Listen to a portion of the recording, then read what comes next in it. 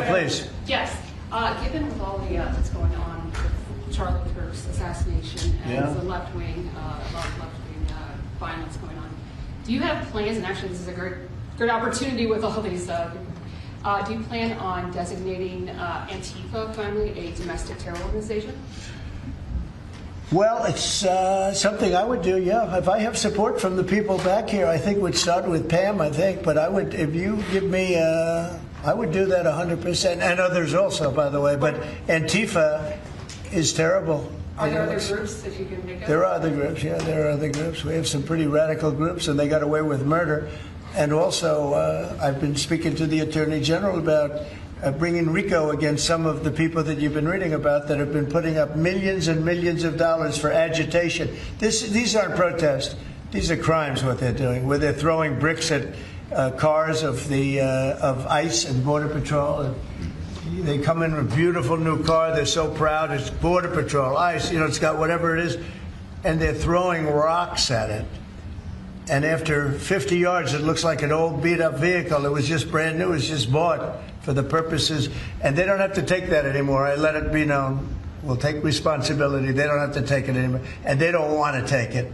They were told by a past administration, it became almost a culture, if somebody throws a rock at you, do nothing. If somebody spits in your face, do nothing.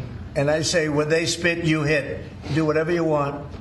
You do whatever the hell you want. I watched it so sick it made me. For 4 years, I had to sit home and watch people screaming at policemen and spitting in their face, and they weren't able to do anything. They just had to grin and bear it. They're standing up like a piece of steel.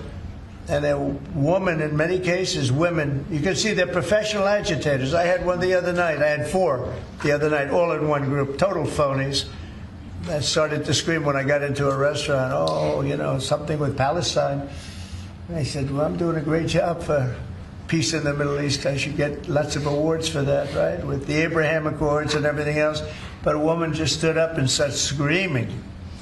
And she got booed out of the place, too. There were a lot of people in the restaurant. I went there to show how safe, and it was safe. I mean, the woman is just a mouthpiece. All she was a paid agitator. And you have a lot of them. And I've asked Pam to look into that in terms of RICO, bringing RICO cases against the criminal RICO, because they should be put in jail. What they're doing to this country is really subversive. Is that Mr. President, can I ask you one on crime? Mr. President, can I ask you one on sure. crime and one on Charlie Kirk? You floated potentially going into St. Louis. You mentioned you want to go into Chicago next. Could St. Louis be after Chicago? It's going to be around there someplace. Yeah, we got to save St. Louis. We got to save these cities.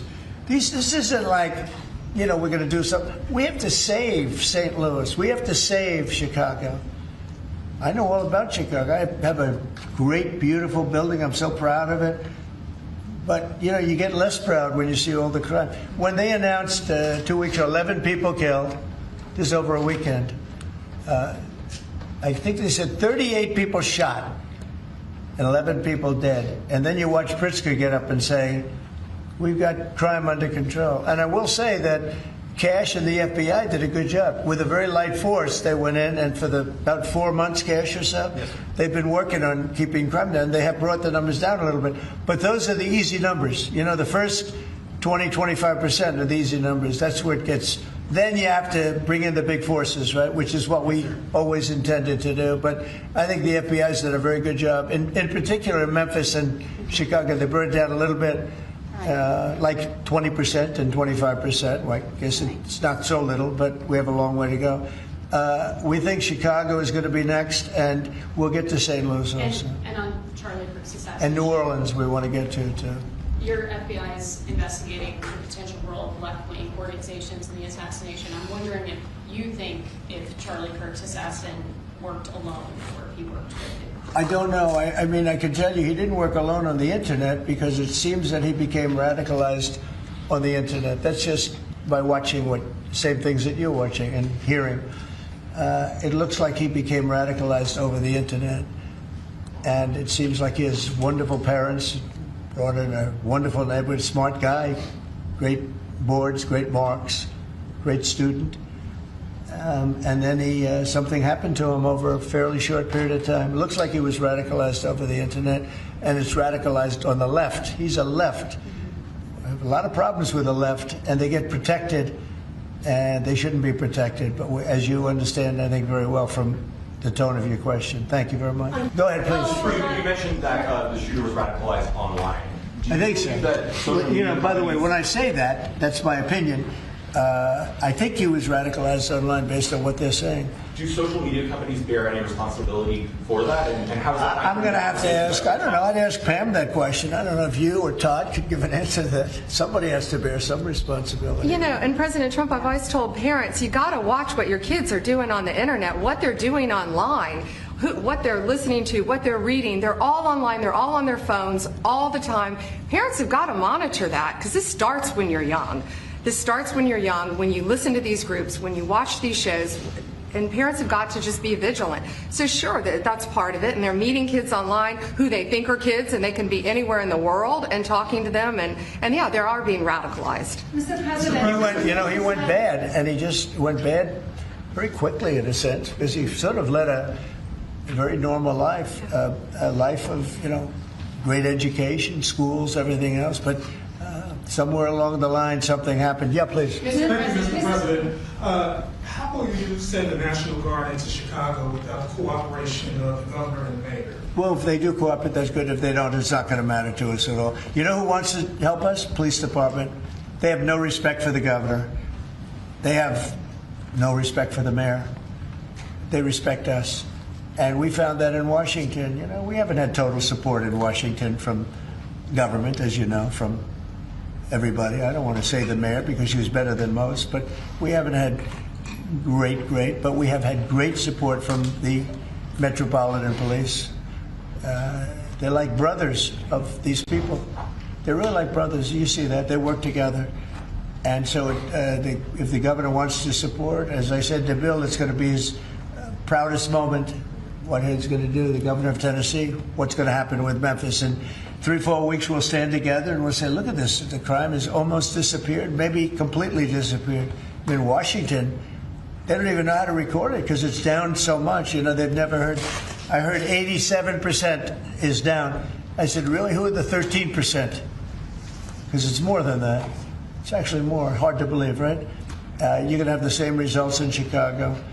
And we hope we have the governor's help, but if we don't, we're doing it without him. Question on Charlie Kirk and crime. On Charlie Kirk, do you plan to speak at the funeral, and what would your message be? Well, I'm going on Sunday. We're taking a whole plane load, and having. I was invited on Saturday, but I said I'd rather save it for Sunday. We're going to have a stadium, and I'll bet that stadium is going to be pretty packed, maybe completely packed. It's going to be big, but I'm going to be at the stadium, and I guess I'll say a few words. I don't know, but I guess I will.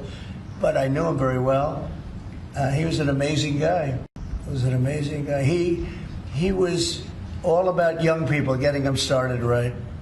And he was like a magnet for young people. They just attracted to him. He loved them, and they attracted to him.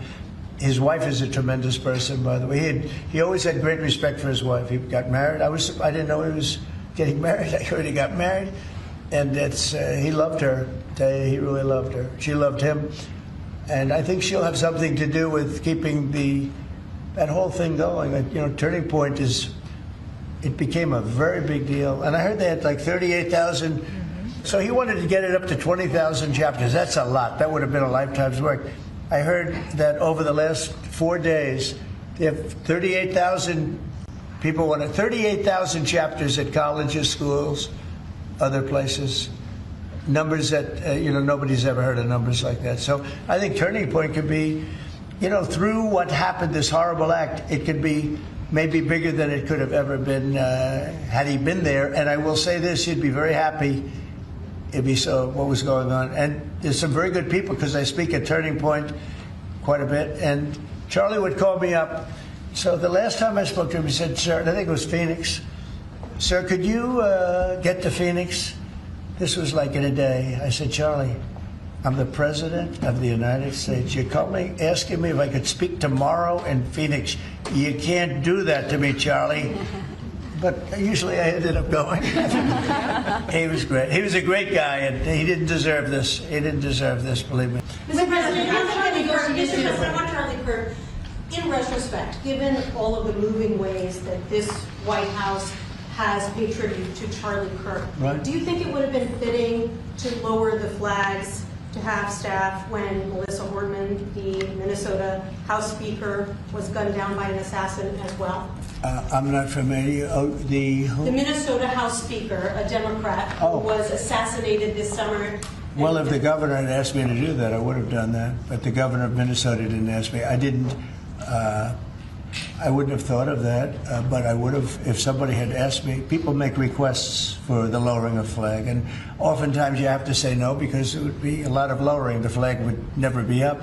Had the governor of Minnesota asked me to do that, I would have done that gladly. And given the killing of Melissa Hortman, the attack on Paul Pelosi, the attack on Gabby Giffords, the attack on the Pennsylvania governor's mansion, why make the case that violence is only on one side? It seems to be taking place. I didn't say it's on across one the side, but I say the radical left causes tremendous violence, and they seem to do it in a bigger way.